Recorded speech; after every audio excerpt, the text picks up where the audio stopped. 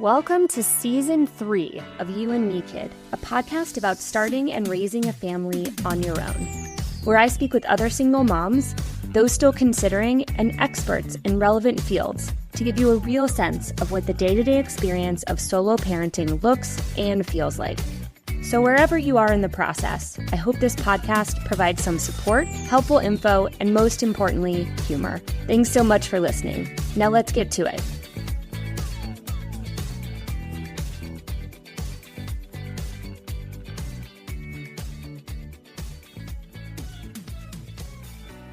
Okay, so back me up a little bit. So you heard about the podcast through Lindsay. Through Lindsay Nobles, yes. Yep, who is in season 2 in Nashville. And then, but you also coincidentally are from my hometown or now living in my hometown in Kansas City too. So we have mutual connections on that. Yes. Nashville to KC. I've been actually all over. I grew up in Colorado. I went to college in Seattle and lived there for 7 years. I moved to Nashville in my mid-20s. I moved from Nashville to Denver in my late 20s, and then was in Denver for about 6 years. I moved to Minneapolis for work and was there a couple of years. Went back to Nashville in 2018 and was there until 2021 when I moved to Kansas City, which is where my family has kind of relocated in the past 20 years. Most of my family lives here. And so it has been, a lot of ping-ponging in my adult life, but all really awesome cities. And I am enjoying Kansas City more than I thought I would. I think that of all the cities I've lived in, Kansas City feels maybe the least shiny or exciting. It's not doing so bad. Like in the years since I've lived here, the past 3 years, I feel like Kansas City's kind of on a burner. So It is.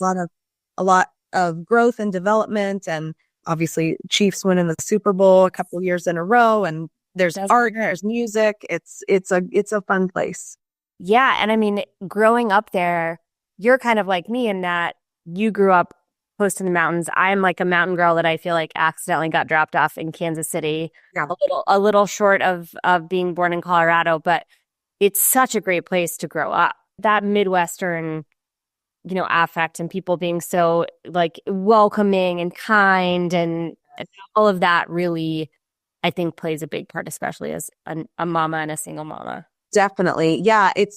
I have been really surprised at how I've been able to make friends at this age too. And in this stage, even before having a baby on my own, I've just found the Kansas City culture to be really warm and welcoming in a way that is different from other places I've lived. I mean, Nashville has sort of that Southern hospitality, but it's also like bless your heart kind of Southern, a little backhanded sometimes.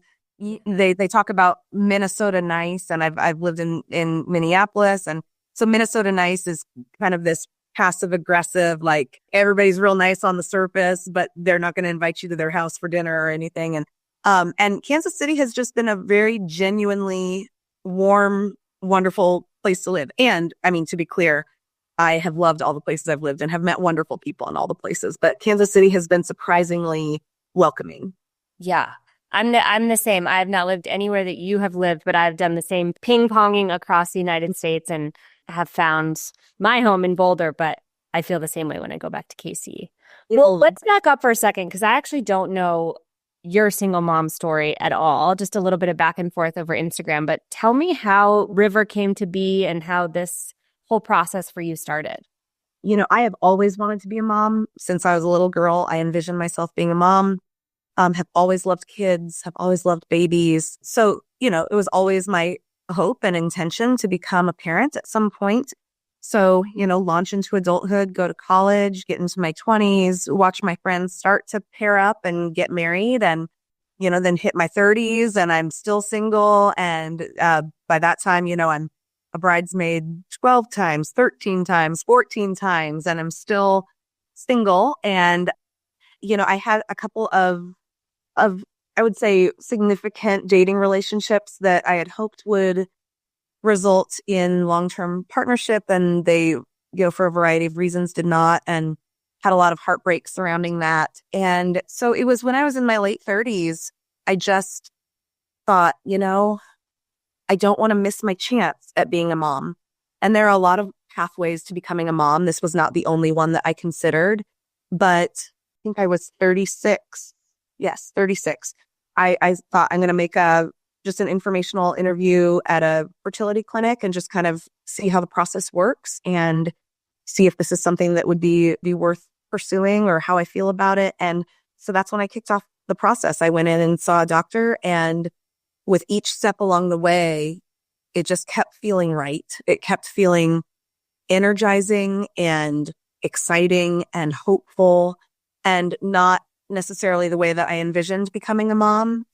But when you step back and you think about all that goes in to the process of becoming a mom on your own, it can feel really overwhelming. But when you're in it and it's just one step at a time, a little bit closer to your dream, those little steps will take you all the way there. And so I started the fertility process when I was 36, chose an anonymous sperm donor, started doing IUIs, just artificial insemination, did that multiple rounds, and none of those worked. And so eventually made the decision to kick up to doing IVF. And that was a big choice because, as you know, it's expensive and it's unknown and it's physically costly, and there are no guarantees. And so it was a big choice to try. And long story short, I had to go through multiple egg retrievals, multiple transfers, beginning to end. It took me about 4 years before I did finally become a mom, and used my last embryo to get who is now River. And River just turned 1 on Sunday, and he's everything. He's just everything. I'm so happy, and we're just having a great time. Have you had a lot of like 1 year nostalgia and aha moments? Like, tell me what's been going on in your head at the 1 year mark, because I remember there was a lot happening for me. Definitely. There's so much nostalgia. There's so much thinking back on where was I a year ago today? What was I feeling a year ago? And I'd really been feeling that, probably in the 2 months leading up to his first birthday of just, okay, so a year ago right now, I was, 8 months pregnant, and I'd had all my baby showers and I was ready. And I remember like his feet kicking my rib cage, and just feeling like I can't get any bigger. And up until, I remember a year ago tonight was the last night that I was pregnant, that I was going to go in and have him the next morning. And so there's been so much nostalgia. There's also been so much reflection on all the ways my life has changed. And I was reflecting to a friend on his first birthday, how I think I said, I feel like a different person. And she's a mom, and she looked at me and she said, you're not a different person. You're a changed person. And that was really helpful language for me, because of course we are always who we are. And so I'm not a different person. I'm still Annie. I'm still who I've always been.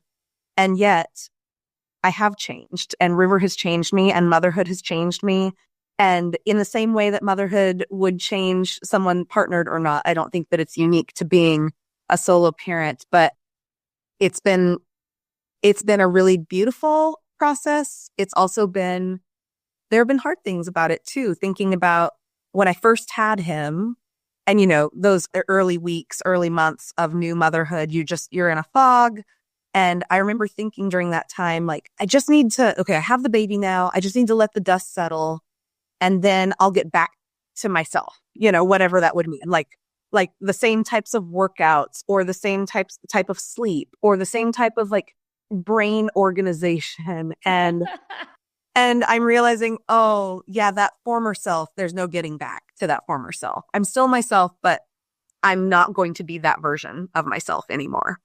Yeah. It's not available to me.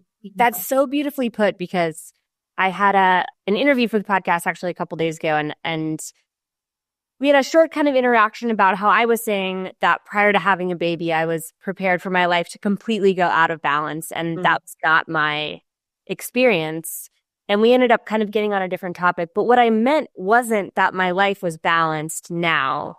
It's just in such a different way. And I think for me, part of the pre-baby life was feeling like this big piece of me wasn't there.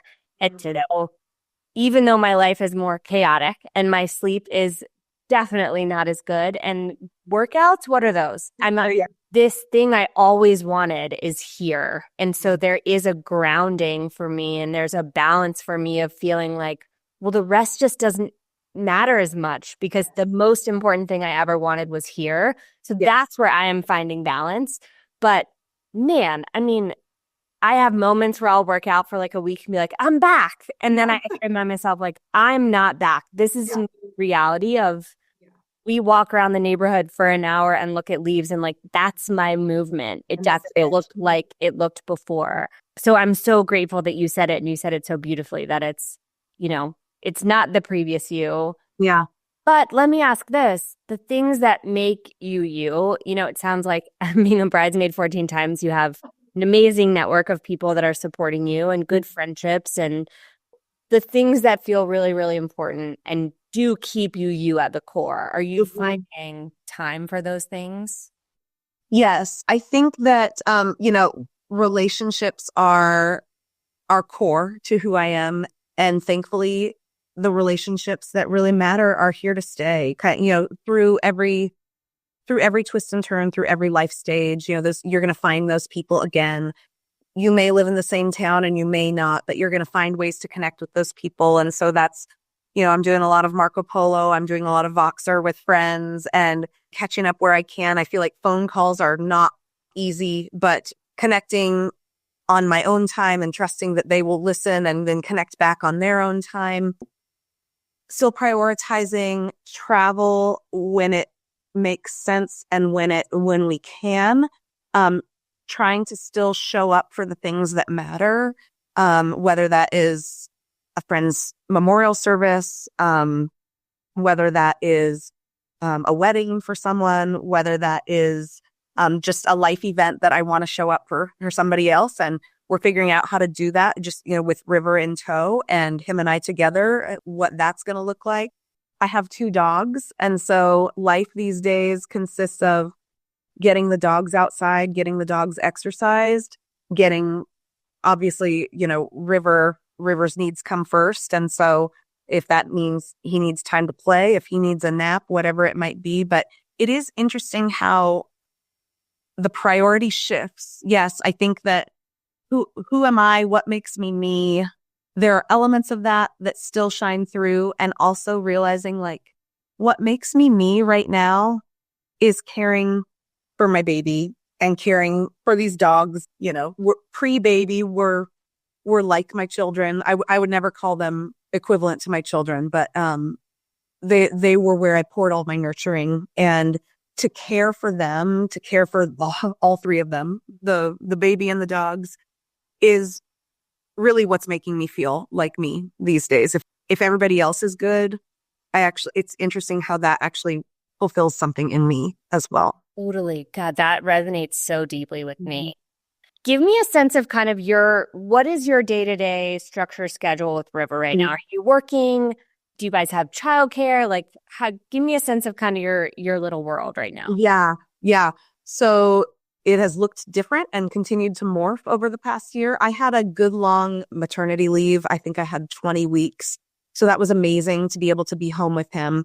So I went back to work full time at the end of February, I believe. It has been an ever shifting setup, but I am back to work full time. I work full time company, a Fortune 500 company, but I do work from home. And so they're based in another city. So I get to work here from home. For the first several months, I had family caring for River here at home. And then in the summer, we started going to a Parents' Day Out program at a local church. And so he was going 2 days a week to that, then had people caring for him here at home 3 days a week. And now that's kind of shifted where he's now at Parents' Day Out 3 days a week. And I have people here at the house 2 days a week. And I'm sure it will continue to morph as he gets older and as his needs change and his level of need for engagement continues to rise. And so, yeah, every day is wake up early, get breakfast, get outside on a walk with the dogs, either get home to hand off with the babysitter or my mom, or one of my nephews lives with me right now. And he is 19 and he helps with River, which has been the sweetest, most amazing gift. to have this sort of extended family network surround us. And it's been so sweet to watch their relationship develop. And he is River's favorite person besides me. So that's really awesome. But yeah, so we'll get outside in the morning and then we'll have some sort of handoff, whether him to PDO or him to family members, and then work for the rest of the workday. And I had hoped that maybe I could like incorporate workouts sometime during my workday. And so far that has not been happening. And then pick him up late afternoon and we do dinner and playtime and sometimes another walk and then bath and bed. And then I am here at home generally with him after he has gone to bed. I'm in the house after that. But it's been really interesting because this is probably true for any parent. Like the concept of free time kind of goes away once you have a child. And so I know that when I am on the clock for work, I'm pretty focused and I know that this is the only time I have to get this work done. Like I used to have the luxury of like, oh, if I don't get this done on a Friday, like I'll do it Sunday afternoon. It'll be fine and I'll get it done by Monday. And I don't have that same kind of flexibility and bandwidth as I used to. So I do feel really extra focused during my work hours because I know that I'm not willing to sacrifice my free time, my personal time with my child to catch up on work when these are the hours that I have allocated to work. So that's been, I think, a good and healthy shift. But yeah, I don't feel much margin in my life these days. Yeah, I struggle with that as well. I'm a realtor, so my hours are really, I never really know what they're going to be and when they're going to be. And so often my clients are working a traditional workday hours at the time where they can talk to me and sign contracts and go see homes is our after hours are on the weekends. And so I, like you know, every day is kind of different with the shuffle. My daughter goes to daycare Monday through Friday for the same hours. But outside of that, I have to really check in with myself and her and the needs of my clients to make sure that I'm doing what's best for our family unit. And it means being really clear with my client about, hey, I can only go see the house these hours. If that doesn't work for you, I can find someone else to take you. Hey, I will get that contract done. I will get back to you at 7:30. And man, those boundaries for me are really hard because I, have been a professional now for 25 years and delivering things on time and being dependable and getting work done is always something that's been really easy for me. And so setting these boundaries around time constraints that I don't know what they're going to be has been really challenging. So you ever taking Ellie with you to a showing? Yeah. Like, is she able to come along? Yeah. Yeah, she comes along. Sometimes it works, sometimes it doesn't. Thankfully, my clients have all been incredible about it. But the thing that has been really valuable for me is like I notice when our dynamic is off and my cup in terms of being a mom is not full. And I feel like it really hurts me when work has pulled at me more than I'd like. And I'm spending less time with her or I'm on my phone a lot when we're together. Things that just make me feel awful. I have found, just like what you were saying, it's like when I pick her up from school to bedtime, as much as I can be logged off completely with her, go to a playground, not have my phone with me, sit down to dinner together, maybe jump in the bath together, like have that one-on-one time, I can reset. But if I don't get it, it's really hard. But I have to be super intentional about that time, that's my time and that's family time. And tough. Pulled a lot of different directions for sure. Yeah. Good for you for acknowledging that and setting those boundaries and figuring out what those boundaries need to be for you. I think you strike me as, similar to me in like, I'm a high achiever. I like to hit the mark. I like to be good at my job. I've always been able to give a lot to my job. And I think also there's something about becoming a mom later in life too, where I've had like a lot of runway, like you did, a lot of runway to devote to my job and career and to get good at things. And a shift for me has been learning right now, it's going to be okay to like get a solid B at work. Like it's really okay. Like, yeah, we're not phoning it in. Right. We're just not like crushing it. And that's okay. I don't need to crush it in the same kind of way. And maybe there will be a time in the future where I'll be more available to crush it. But right now is not that time, and it's okay. It's really okay to just to do a decent job at work and not be the valedictorian of your job. Yeah. Every day. And it's okay to not respond to a text the minute that it comes in or an email the minute that it comes in.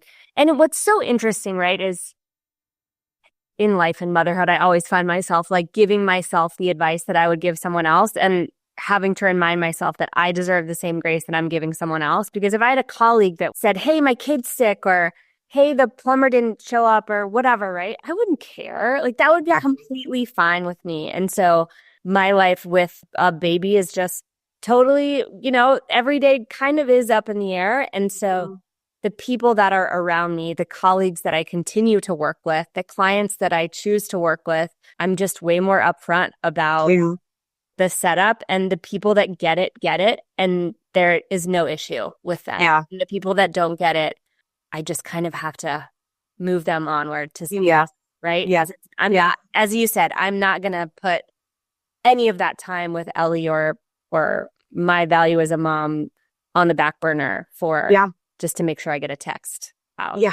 30 minutes after it comes in, Yeah. You're a good mom.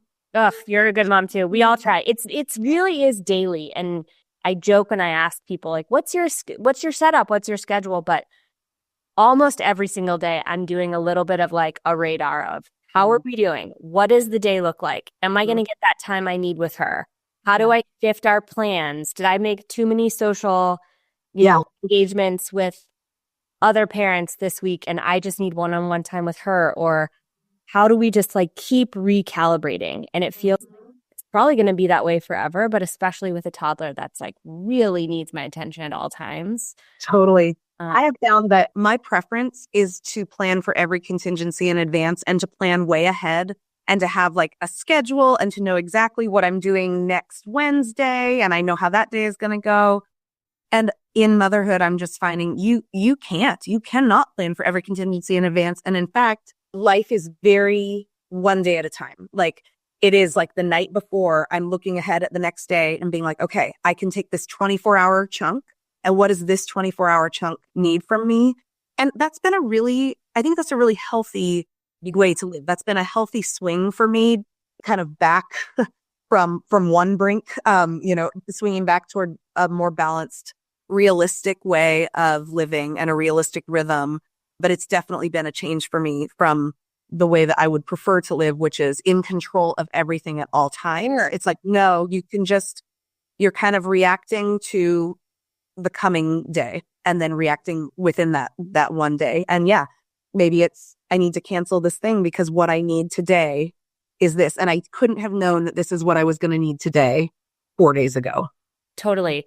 The thing that I've also just found like so much joy and relief in is I have a couple of good mom friends where our kids are friends. And those friends that are like, I just need to be around another mom and I need my child to play with another child and I needed to walk into your house with like a bag of whatever I had in the refrigerator and you have whatever you had in the refrigerator and we're going to pour a glass of wine and the kids are going to run around and it's going to be like, nothing is going to be planned. Dinner is not going to make any sense and it's just going to be great because we're all going to be in each other's company is the thing that really has been so great for me. Mm-hmm. Just to, and I love getting those calls from other moms who are like, what are you doing? Yes. Can we do dinner? And I'm like, yes, %. And they're not single moms. They're pattern moms, they work different hours and their husbands work crazy hours. And it's like, they're just trying to survive from school to bedtime some nights, And man, those are the best nights where you roll over in your like, basically your pajamas, looking like a hot mess, pour a glass of wine, feed the kids some whatever is in the cabinet and move on, Yeah. And there's no judgment. It's just support. And I love that. It's about connection and it's about finding those, moments of friendship and support wherever you can find them. Yeah. And it's about knowing that you're in a space where not only is your child welcome, but it's kind of a point, where we're all together with the kids and the thrown together dinner and the zero planning, and that's what it needs to be. Yeah, it's the best. And then there's times where obviously I'm just like, I need to sit and we need to watch a Disney movie. And you're going to have mac and cheese and I'm going to have a cup of coffee and that's just going to be what we do. And we're going to snuggle and that's what I need. But yeah, it is this constant recalibration. I think you totally are right there with me. You said earlier you guys have traveled a little bit together to set up these events.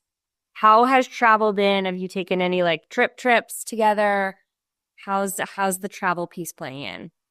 Yeah, River has been to 6 states, which is very exciting. In his first year, he made it to 6 states. Two of them are Kansas and Missouri because I live in Kansas City. So, those are a given. But I don't know if that counts, Annie. We've done some flights. We went to Southern California when he was about 3 months old. We have flown to Minneapolis where I work. And he's come with me on a couple of work trips along with my mom, which was really great to have that as an option in the early days back to work when I just didn't feel ready to leave him yet, but needed to go for work. And my mom was gracious enough to accompany us and be with him at the hotel each day so that I could be with him in the evenings. And that was really wonderful. We've flown to New York. So it's been great. He has been easy to fly with, but I haven't flown with him since he was about 7 months old, and now he's a year, and we're about to take a cross-country flight, and it'll be about 4 hours, and he's very, very mobile right now, and I am like, what? Is this the worst idea I've ever had? Perhaps. It might be the worst idea I've ever had. And I'm not going to know until I do it. And I think that there are other parents who would look at me and say, 12 months old is not the time to take a flight. You don't fly with your kid between 12 months and 3 years. Yeah, I've heard all that. And I'm like, you might be right, but I think I need to experience it before I'm going to believe you. I need to try it for myself. And every flight's different and they're not going to get used to flying unless they're flying, right? Unless they're flying. Yes. I just turned the corner where Ellie now has her own seat, and I really stressed about it because I thought that she was going to want to sit with me and it was going to be this whole dramatic thing. One of the many things I have stressed about in motherhood that was no big deal when it actually happened. Sat in her seat, watched a little Disney movie, hugged her stuffies. I will say this to you because you'll totally get this. After holding her, and especially in the stage that you're in, which is like the total wiggle machine for so many flights, having her in her own seat, I was like, wait, I'm on a flight. I couldn't have really like read a book. I couldn't have done something for myself because she wanted my attention, but she was actually fairly independent. And there was a moment where the flight attendant came down and I was like, should I have a cup of coffee? Like, should I be crazy? And then I was like, don't push it. Because the minute that comes, there's or it's a whole disaster. Yeah. Totally. Yeah. I was like, don't push your luck here. But that was a pretty awesome change, I have to say. The financial piece, not so awesome, but having her own seat actually shifted things for the better for me. So you're a year away from me. Yes, that's good to know. That's really good to hear. I do feel like in these first 2 years where they get to fly for free, I have felt I'm such an optimizer and I want to like take advantage of every free thing that I can possibly get my hands on. And I'm super frugal. And so I'm like, we've got to fly everywhere in these first 2 years. And I honestly think that, yes, at this point where it's more work to hold him and keep him still and keep him on my lap, there are certain things that are going to be worth the money. And so when you get their own seat, I love hearing that your experience has been really good with the extra seat. So far. Every flight's different and everything's different. And it depends on the sleep the night before and the whatever, right? But so far, the flights we've taken were lovely with her in her own space and Meg just like climbing all over me. We are about to take our first international trip. She's going to punch her first passport stamp. Where are you going? In a couple weeks. We're going to Mexico for election week because I just need to be off the grid for my own mental health. So we're going to Mexico with some friends and just, again, all the decisions were thoughtful in terms of like, we're staying at a quiet condo that just has like a safe pool and a kid safe beach. And I expect to just go from inside to the pool, to the beach, to the beach, to the pool, back, grab a margarita and do it again. Um, Mhm. easy, not moving around, warm weather. So, and I'm very excited to show her the ocean. I will say, as much as I did also hear some more voices around the like, oh, that's a tough time to travel. 1 to 2 and now 2 to 3 for me, they notice so much. And it's Mhm. so cool to watch them be in a new environment, even the airport, like Yeah. being in a new environment, being in an airplane, like seeing the clouds going by. It is such an adventure in its own Yeah. right that I have only felt like it has been worth it. And we've had some tough flights. We've had some multi-hour delays. We've gotten through that stuff together, but I do think those things are a parenting rite of passage. Yes. Yeah. I had a layover in Chicago Midway when he was, I don't know, 7 months old, and he was crawling. And I just remembered like the disgusting carpet that he was crawling all over, and like just it was crowded and it was loud and it was just like gross. And I was like, yeah, I'm going to remember this though. Like, this is one of the stories. Like, We did it. We did yeah, the thing. we did it, and he survived it. And I think it's so magical and such a privilege to be able to introduce someone to this planet and their environments and the world.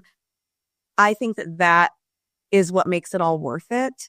I've taken a couple of work trips on my own in the last couple of months. So I've started leaving River when I travel for work now, and I'll be there, in an office building, and I'll just be thinking of him and how much I wish he was there. Cause like, oh my gosh, he would love to watch the cleaning person go by with their cart. That would be so cool. Oh, really? Yeah. Yeah. Just every mundane thing about the world and about life takes on a new sheen, shine, shimmer. Stuff you would never notice. Exactly. Right? Like Exactly. the hotel lobby or Yes. and Lindsay actually was one of the people that kind of like flipped that switch for me because in our chat, she had just taken her son to Italy, and her insight was like, yeah, it was really hard getting there, and it was hard when we were there, and sleep was crazy and whatever, but she said he was so just in awe of everything he saw and every food he tried and walking on the cobblestones, and he like Mhm. somehow managed to go to bed way later than he does in the States, and just the whole experience. She said he grew up so much, Yeah. and so it really inspired me to keep doing that stuff. And we've only kind of done small domestic trips, mostly to visit friends, but Well, and to give your child the chance to surprise you, I think is really cool. And I think Lindsay models that really well, where Lindsay seems to, just be living, and Ben is along. And that's been inspiring for me to see. And I see other friends do this well as well, that you can either hunker down and never leave the safety of your own home for the good of your child, quote unquote, for the good of your child. And I understand that there are seasons that are like that. I've already found times like that in my last year of being a mom where I've thought it is not worth it to me to disrupt the rhythm that we have needed to be establishing right now. And so I'm going to stay home for this chunk of time, and we're just going to be here. But I also think in the times where I have taken a chance on kind of pushing out of that safe cocoon, River has really surprised me in his flexibility, in his ability to kind of go with the flow.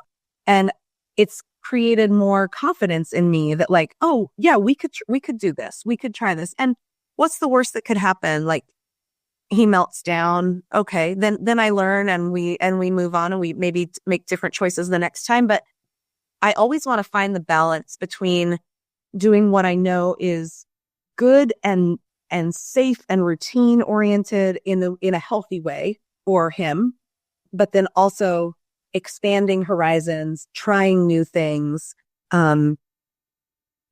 in order for him to have experiences that are going to be enriching and exciting and are going to strengthen his muscles for more of that as he gets older. that's the point. I remind myself of that all the time, which is like, yeah, is it easier to like make the same dinner and stay in tonight, or is it more fun to go meet some friends at a restaurant? And it's like, do I have the energy to handle what might happen? Yes. I love the way that you phrase that, which is giving her the chance to, who knows? Like maybe she would be great, but she's not going to get good at that experience unless we keep doing it. Yes. So yeah, I mean, the breakdown is always possible. The meltdown is always possible. And you just bail, you go home. I always am like, let's get the food fast for her to make sure she's good. I shall get a margarita. And if things break down, at least I had some chips and guac and a margarita and we're on our way. The other day we went on a little taco date to kind of a nicer restaurant where one of Ellie's babysitters work, and she crushed it. I mean, she was like calm, she was smiley. And it was so funny because I did the same thing. I ordered her food really fast and she finished it. And I was having such a good time. And she was so happy that I was like, well, I guess I should just keep ordering food because I want to stay. I'm having a great time. And of course, when, then like I pushed it too far and I got, too much food. And by the time it arrived, she had a meltdown. But I was like, just like the coffee on the plane thing, I was like, oh, are we good? Can I keep pushing Laura over here? They keep staying out. Like, should I get a second margarita? Knowing in my gut that was a terrible idea. And the minute it lands on the table, of course, we're out the door. But Yeah. you got to give them a chance to shake it up. And, it's interesting. I just did an interview with this company, with one of the founders of this company called Boundless Life, that I'm obsessed with. And it is this incredible company that has 8 locations across the world. And you go there with a bunch of other families. You stay for 3 months. There's a co-working space. You're all living in a similar area. And they're planning all these activities. And there's also English-speaking childcare for kids of all ages. Wow. And childcare. It's genius. Yeah. And talking to the founder, and I'm going to talk to a couple of single moms who've gone to the program too in the next few weeks. It's the same concept. It's like your child sees a different side of you because you're in a different environment and you're facing different challenges together. And you get to see a different side of them and you guys together get to experience this whole thing. And the thought of like, not assuming it's going to be easy, but assuming it's going to be hard, but there's a value in that for your relationship, I thought was really beautiful. Oh, how cool. Boundless Life. I want to look them up. Oh, I'm obsessed. Yeah. Anyone listening by the time this season launches is going to be like, okay, we get it. I am trying to figure out when those big adventures may be, like what the right time for her to really get value from them. Like how I start to bring that element back into our life that was so important to me prior. Mm-hmm. I don't know. We're going to try Mexico and we're going to see. And then we're going to, check the bank account in another year. See how that's going. But I have thought about, similar to you, it's like I've thought about bringing a babysitter with us, and the folks who watch Ellie are like, they love to travel. It would probably be great to say, hey, come with me. I want to spend most of the time with Ellie, but can we make kind of an agreement that you'll be available a couple nights or I can go out to dinner or a full day for me to take like a big day hike somewhere. And the rest of the time you go enjoy wherever we are and hope that that's kind of a nice trade-off. When I was a babysitter, that would have been the I would ultimate. do that now, and I'm 42. If I didn't have a baby and one of my friends said, hey, come to the Dolomites with me and can you hang out with the kids a couple nights? I wouldn't even hesitate. Yeah. There's something we can do that. I think that there's something really cool about not having a partner in that it forces creativity in this different kind of way that, probably, I'm sure there are 2-parent households that would bring a babysitter with them. Like, I understand that, but like mostly not.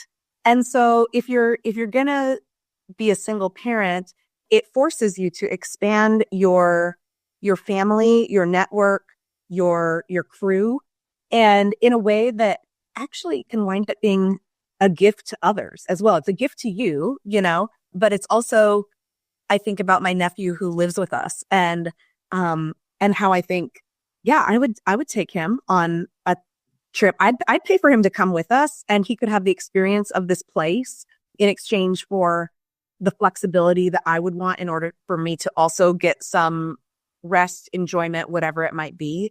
And I think it's really cool when you think about it that way, that it's not just single parents don't just need, but in our need, it actually can bless other people and grow them and give them experiences that are really cool. Yeah. And prior to having a baby as well, I would have thought I don't know, like the concept of like, oh, I'll bring a babysitter and like give the baby to them on a trip.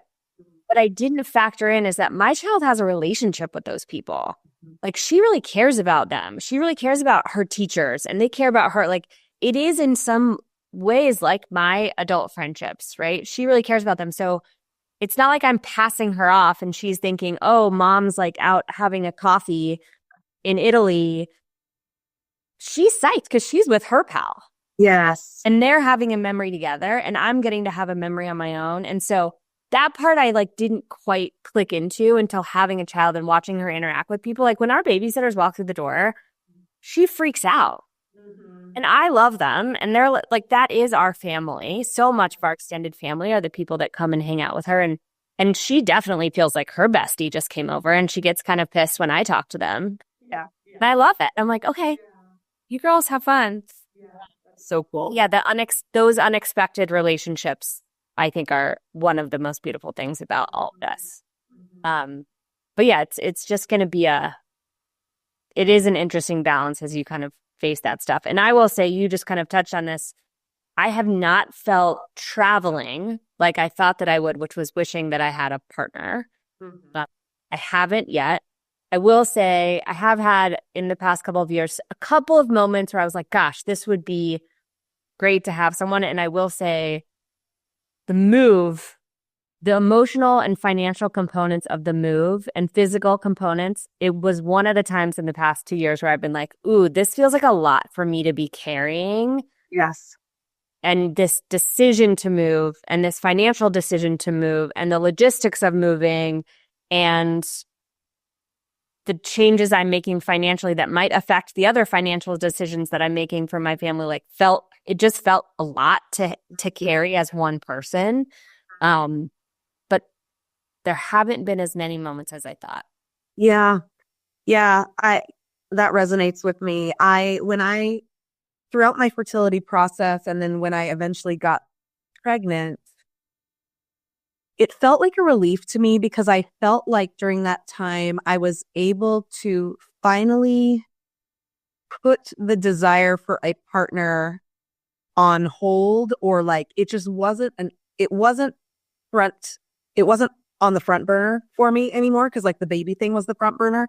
And it felt like such a relief to like take myself off online dating and to not be thinking about trying to attract someone or who would I be attracted to. It was sort of a non-issue for several years. And then even in, these early months of becoming a mom, you just don't have the bandwidth to even think about what having a partner would be like or missing a partner. But I think that over time, that thoughts about a partner and the benefits of a partner, and not just in like logistical or financial ways, but to have that emotional support from someone, I think it's really good to continue to stay open and be honest about when those moments arise, because I think the alternative is to sort of wall off your heart and I think I'm speaking mostly to myself, that in some ways it would be easier to just never want a partner again and never acknowledge the moments in which having a partner would really feel like a comfort in a variety of ways. But to be honest about those moments where it's like, oh yeah, it is hard. It is hard. Like to be a parent on one's own is hard. And there's a reason why the majority of people do it with someone else. Yeah. So it's hard.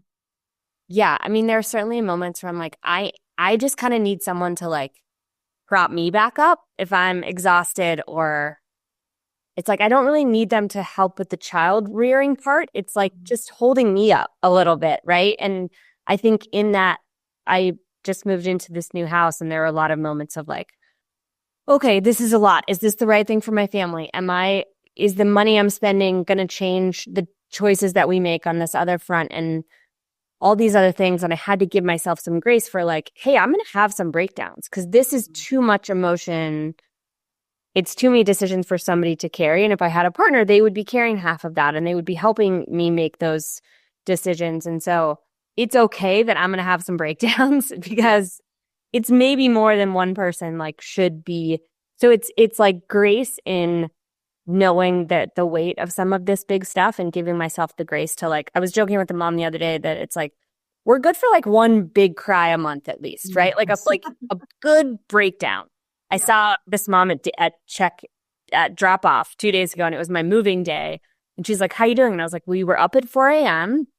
I'm exhausted. Like I already had a breakdown. I already cried like prior to breakfast." And I was like, "But tomorrow we'll move in, and the next day I'll probably find some time in the middle of the day to take like a long hot shower and maybe cry a little bit more, and then I'll be fine. Yes. This is what we do.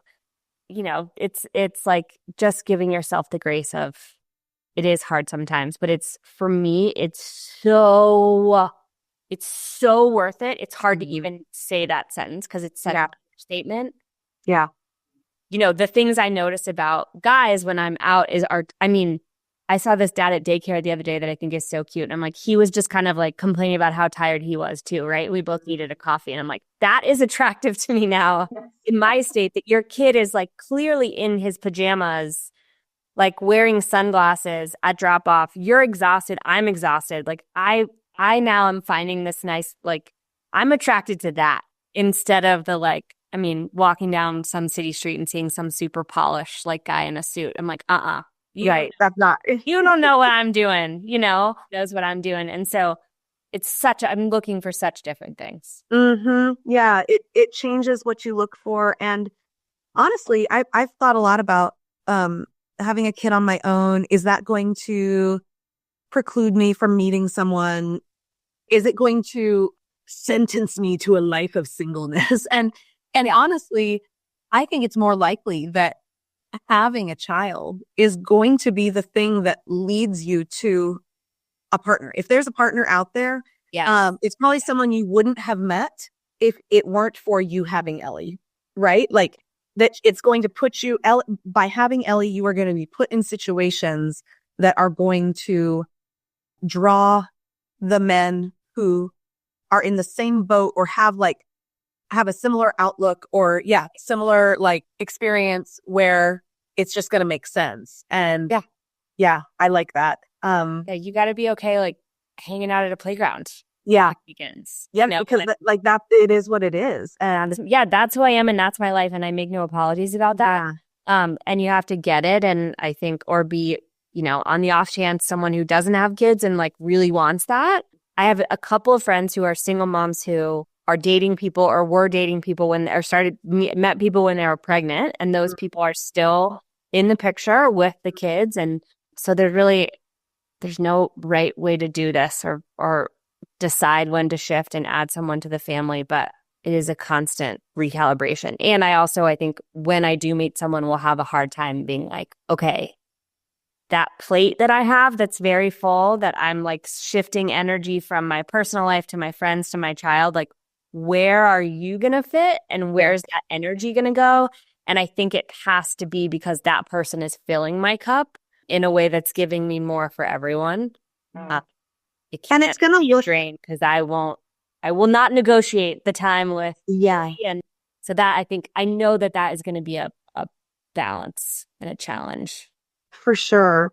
And it's going to look really different from what you were looking for in your 20s or 30s. Like just already, it's just, I think a shift for me. And, to be clear, I'm not dating. I'm not looking to date right now. Maybe at some point I will be. I expect that at some point I will be. But I was talking with my mom the other day and I was just saying how I'm realizing that the things, like you were saying, the things that I am now looking for are going to look so different from like that really easy sort of, I shouldn't say easy, but the paint by number kind of person that I would have created in my mind if I were to be describing my dream man when I was 28. It wouldn't have involved like doing laundry and going to the playground. It wouldn't. I need to get a cup of coffee when I'm like, haven't showered in 3 days. Yeah, exactly. It's going to look different, and the priorities are going to be different, and it in some ways it will probably be much more complicated than a much more complicated connection than it would have been, meeting right out of college or something where your lives aren't formed yet. And I have wondered sometimes about is my life too formed now to connect with another person? I think about people who meet when they're young, and it's like two sort of young trees that can grow up alongside each other and intertwine. But what happens when you're a well-established oak already? And, how are you going to can't move, intertwine your life with someone else? But could it be that two established lives can live alongside each other and maybe not be as intertwined as they would have been if you had grown up, truly grown up through multiple decades together, but that you are established, but you can keep each other company, that you can be sturdy for one another, that you can provide shade for the other. And I just think it will look different, but no less worthy. Yeah. And as you're talking about that, for me, it's there's freedom in that type of partnership that I think there might not have been prior to. And I mean that in I know who I am. I know what I need. I know it's going to mean some time without that person. And I want a person who also has their friends and their plans and things. And those two established oaks, kind of know how they work in the world. And I think for me, there's freedom to continue to be myself in that where there might not have been prior. Yeah. And I like that. And I need to have a little bit of that space. I'm not a super kind of dependent relationship type of person. Someone was joking the other day, I was out at dinner and they were like, oh, I met this great guy. He travels 6 months out of the year. And I was like, great. Perfect. That's awesome. Sign me up. Yeah, sign me up. Exactly. Thank you so much for chatting. It was so nice to finally meet you and share something. Yeah, I feel like you're such a kindred spirit. And I was so happy to find your podcast through Lindsay and just go back and listen to all these interviews, because it can feel lonely. It can feel like you're the only person who has chosen this path or who has gone on this path. And it's really cool to hear a whole variety of stories of how women have come to motherhood on their own, or maybe, whether they chose that from the beginning or if they wound up on their own. And I just think it's a really cool community of single moms that is forming, whether it's internet only and you never meet in real life. But I hope that you and I can get. Yes. There's no reason why we couldn't. Yeah. Well, I appreciate you saying that. It's been really fun to build the podcast. All right, Danny, so nice to meet you. I'll talk to you soon. Thanks so much for listening to today's episode. I hope you enjoyed it. For more information about the podcast or me, go to youandmekidpod.com. See you soon. Thank you for listening to this episode. If you or your company are looking to jump into the podcast world, now is the time. The Plug Agency is here to connect you to the full power of podcasting. You just record and leave the rest to us. The people are listening and want to hear from you. theplug-agency.com. That's theplug-agency.com. Click the link in the episode description for an exclusive offer. The Rodecaster Pro 2 is the world's most powerful all-in-one audio solution for all types of creators, including podcasters. Graffiti and Julius use one at the Plug. It offers studio-quality audio and revolutionary features for creators. While being incredibly easy to use, Rodecaster Pro 2, all-in-one production solution for podcasting. It's on sales for $690 right now, and there's a link in this episode description. Check it out.